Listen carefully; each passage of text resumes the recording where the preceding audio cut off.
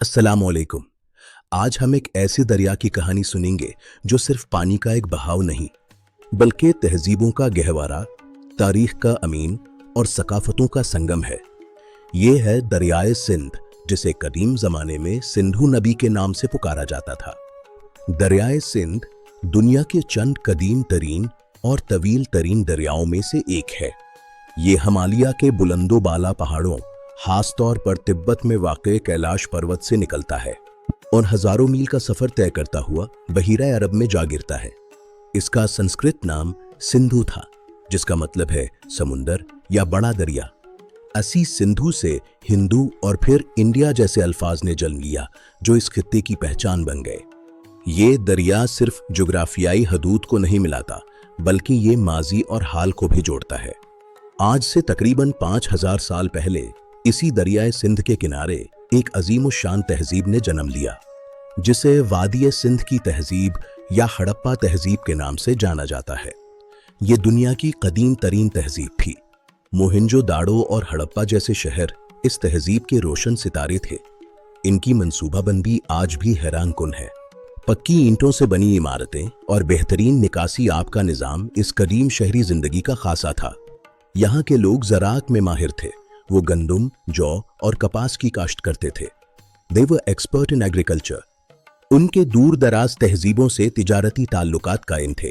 ये एक पुरामन और खुशहाल मुआशरा था। दरियाए सिंध की अहमियत सिर्फ मादी नहीं, बल्कि रूहानी भी है। ऋग्वेद में इसे देवी का दर्जा मिला है। हिंदू मत, बुद्ध मत और बादाज़ां सिख मत ने भी इस दरिया को खास अहमियत हासिल रही है। ये वो खित्ता है जहाँ इस्लाम की रोशनी पहुंची और सिंध को बाबुल इस्लाम यानी इस्लाम का दरवाज़ा कहा गया।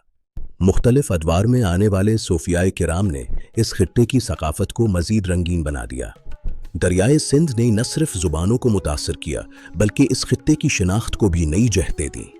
दरियाए सिंध के किनारे बसने वालों की सकाफत इस दरिया की तरह गहरी और मुतनव्वे है। Sindhi culture is diverse. Sindh की मौसीकी, ख़ास तौर पर काफ़ी और मुख्तलिफ राग, अपनी मुनफरिद पहचान रखते हैं। यहाँ की दस्तकारी जैसे अजरक और सूसी अपनी खूबसूरती और नफासत में बेमिसाल हैं। इस दरिया से कई रोमानवी लोक दास्तानें वाबस्ता हैं, जैसे ससी पन्नू और सोहनी महिवाल की कहानियाँ, जो मोहब्बत, कुर्बानी और जुदाई के लाजवाल किस्से सुनाती हैं। ये कहानियाँ आज भी लोगों के दिलों में जिंदा हैं। आज भी दरियाए सिंध पाकिस्तान की मईशत की शहरग और ज़राअत के लिए पानी का सबसे बड़ा जरिया है। ये मुल्क की तवानाई की ज़रूरियात को पूरा करने में भी अहम किरदार अदा करता है। ये हमारी बका की अलामत है।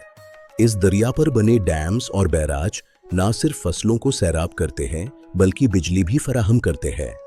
ताहम इसे माहौलियाती चैलेंजेस जैसे आलूदगी और पानी की कमी का सामना है। हमें इस अजीम दरिया के तहफ़्फ़ुज़ के लिए इक़दामात करने होंगे, ताकि ये आने वाली नस्लों के लिए ज़िंदा रहे। ये हमारी इख़्लाक़ी और कौमी ज़िम्मेदारी है।